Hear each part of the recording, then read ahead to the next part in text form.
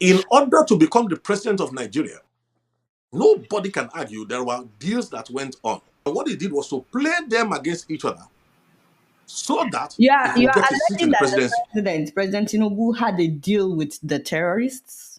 Excuse me, it is no longer a secret anywhere in the world.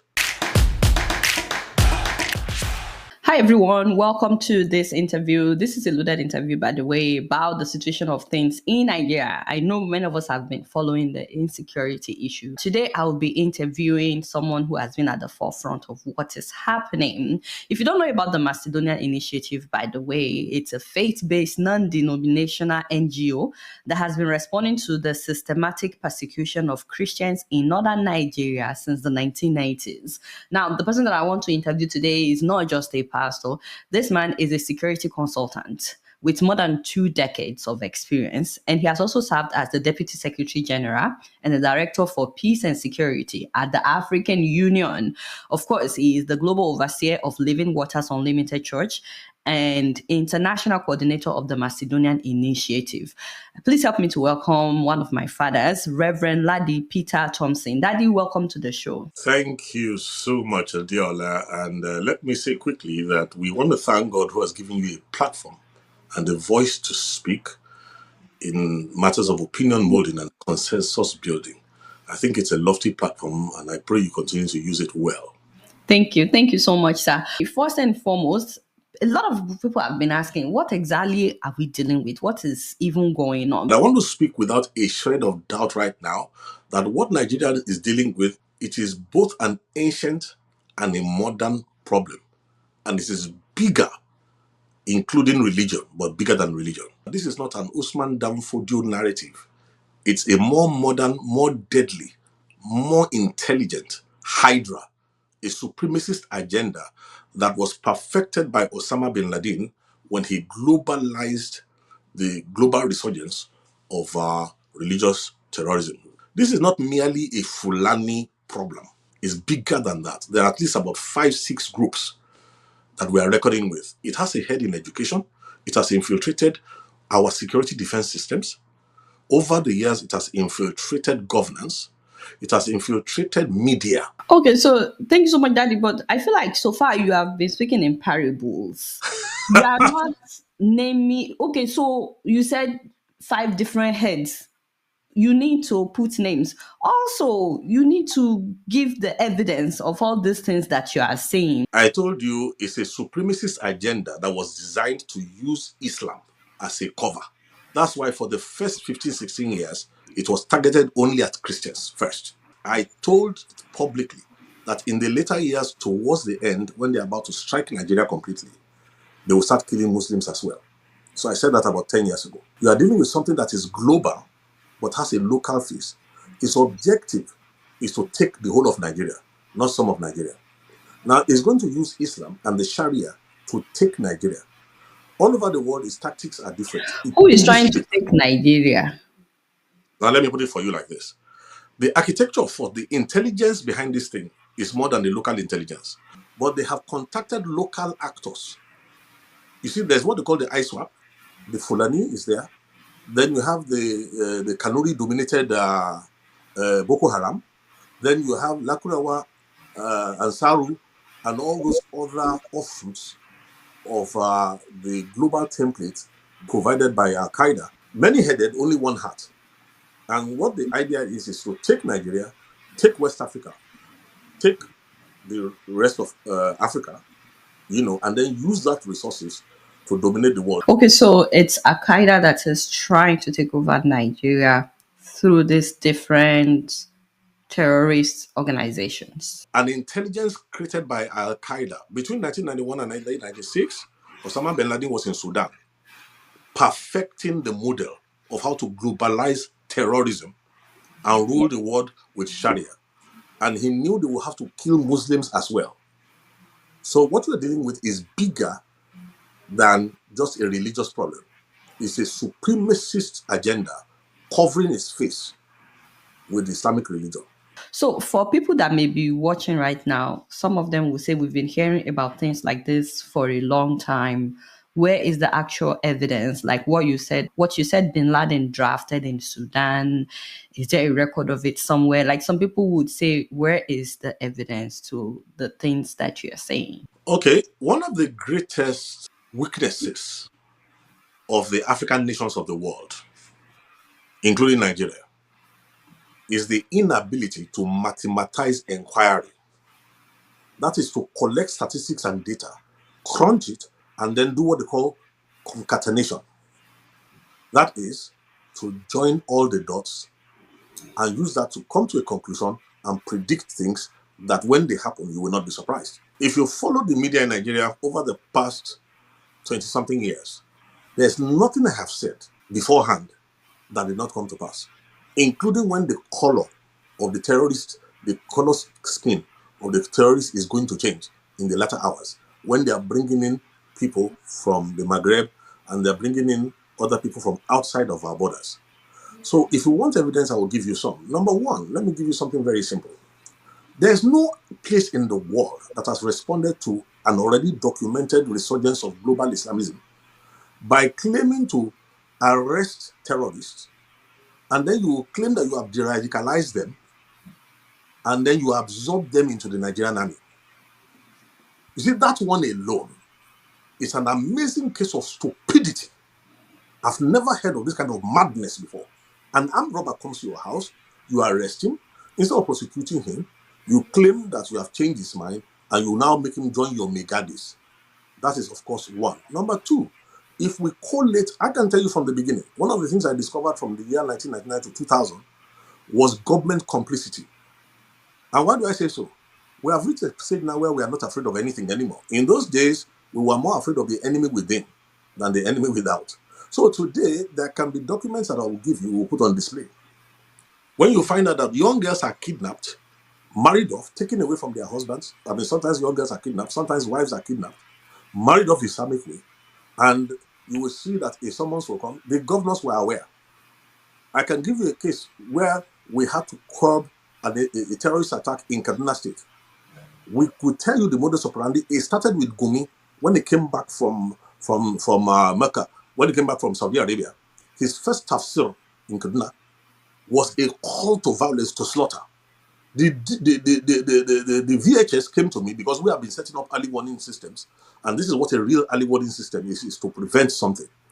When we got it, we translated it into English, and at that time it was Obasanjo who was the president of Nigeria.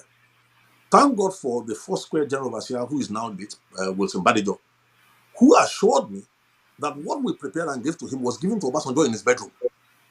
But what they didn't know was that we were still monitoring Kaduna to see whether the arms build-up towards the execution was going to stop. When we saw that it was not going to stop, in fact, this is a good example I'm giving you.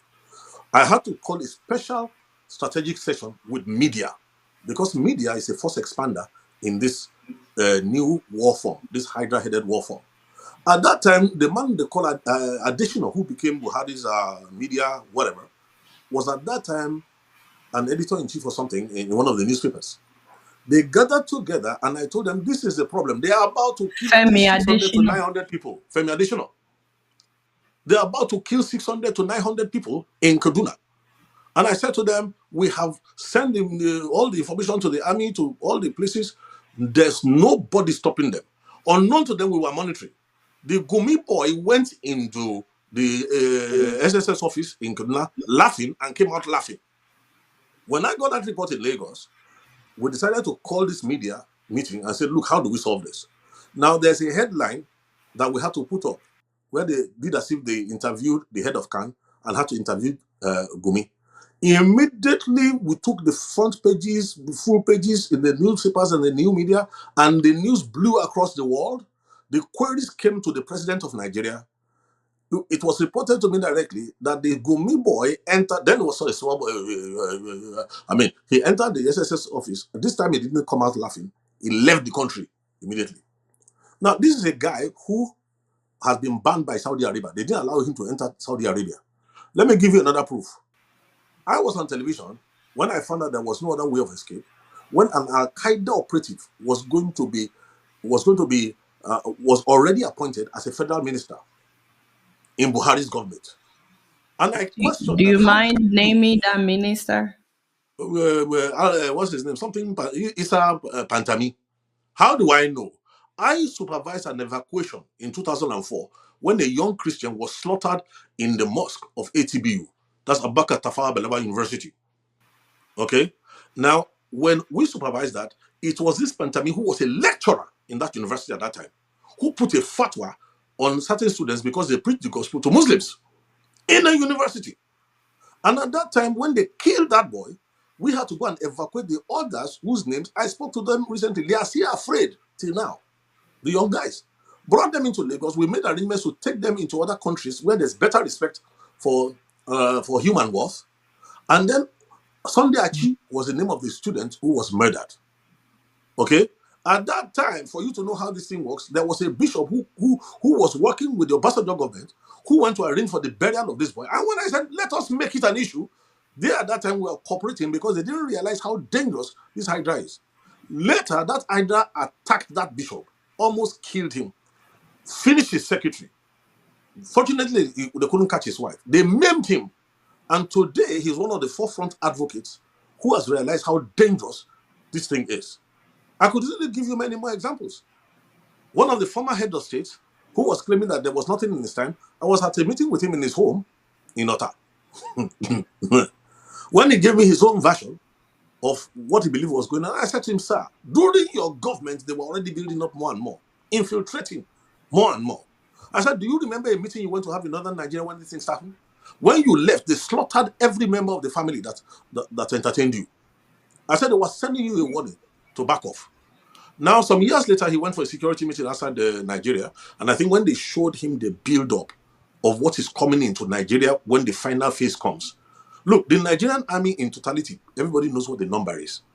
The last time they engaged the BH on 3 war fronts, it took almost 2.5 weeks to overcome.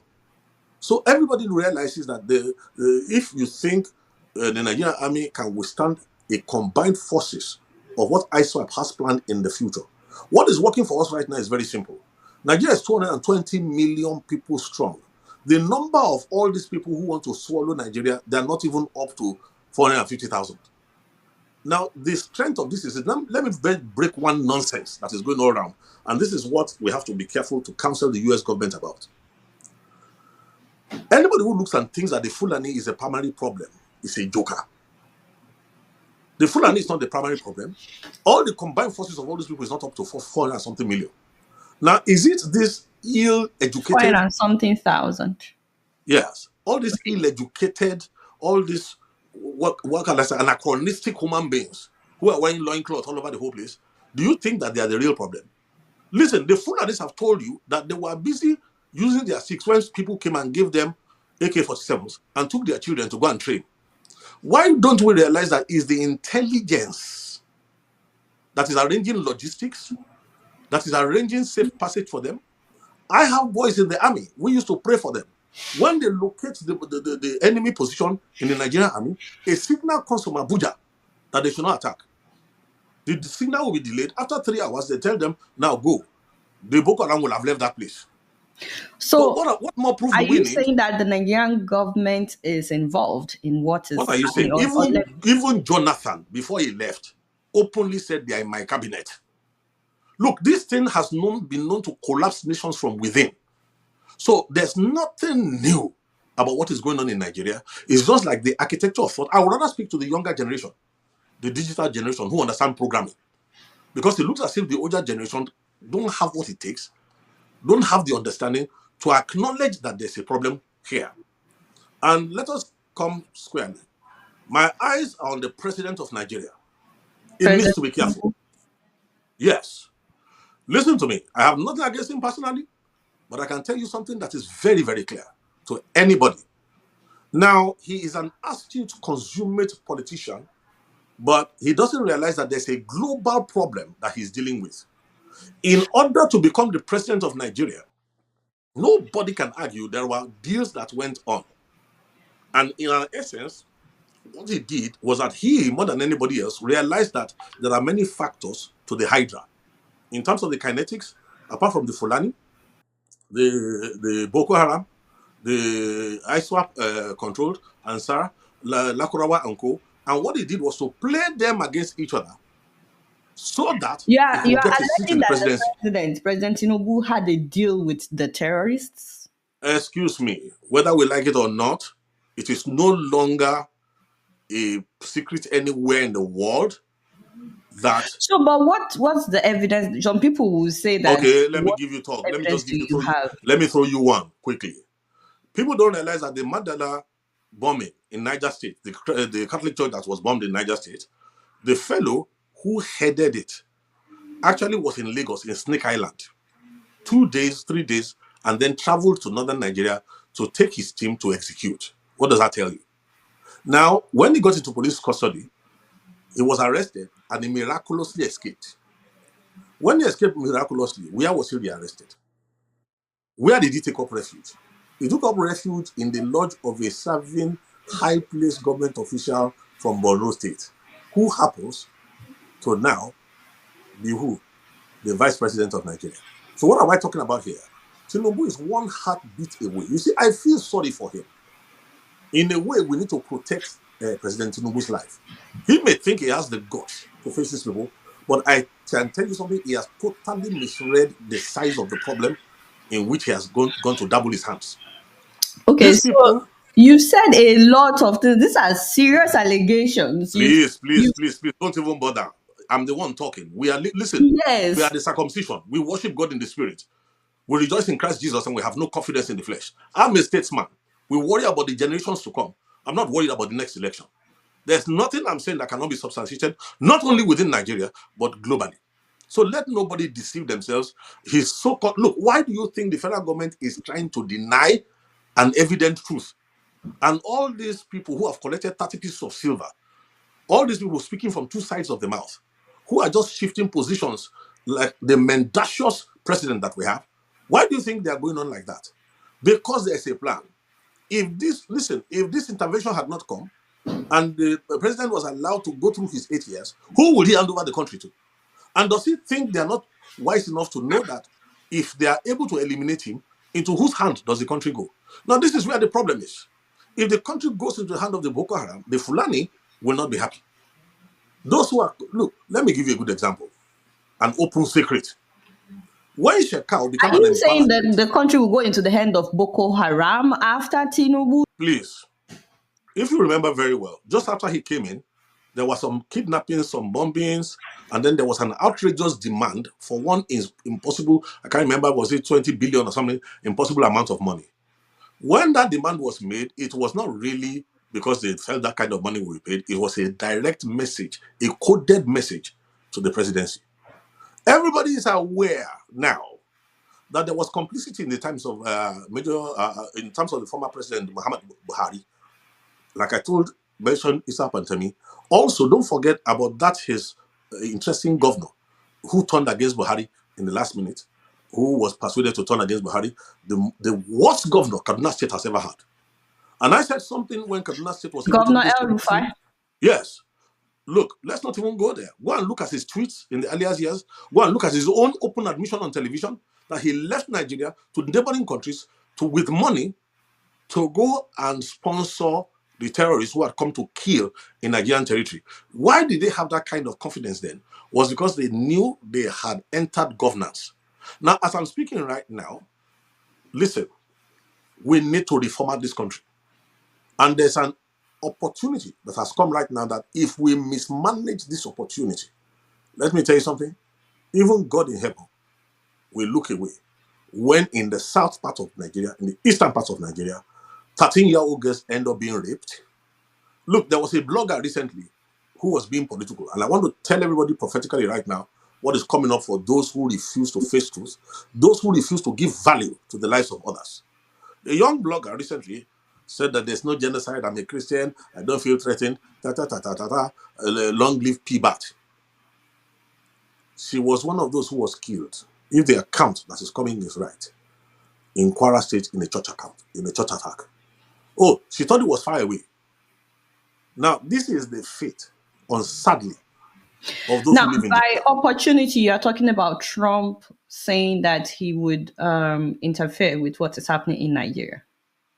Well, I prefer the word intervention. And let me put it for you like this: for any godly minded person, the declaration of Nigeria as a country, a CPC, that Country of designation, concern. Yeah. yes, that designation is a human designation. What we should worry about is that God in heaven himself had already declared Nigeria as a country of particular concern. Listen, according to prophecy, Nigeria is supposed to be the trigger of a global move of revival. Then the other side too decided that Nigeria must become the epicenter of the next greatest satanic attack against the entire world. So the destiny of Nigeria is what we're fighting for. Look, the corruption in Nigeria, I gave an interview when President Tunumbu entered, and I did remember saying that it would not be an honor for anybody to serve in this dispensation. After the negotiation, he bought. Look, the mantra of this government is this: whatever problem money cannot solve will be solved by more money. Not realizing that there's a hyper-dimensional problem, a problem bigger than money. Look, let me tell you something, the mistake that he's making. The whole Nigerian budget, when you look at it every year, all said and done, comes to how much? Maybe about $30 billion. How much does the diaspora remit to Nigeria every 20, year? 20 billion. Dollars. Yes, So sir. when you hear Nigerians, you see, when poverty has been weaponized against a nation, people cannot think anymore. The older generation have been reduced by the weaponization of poverty. So look, thinking is an expensive thing. So it's not easy. Don't blame the average Nigerian.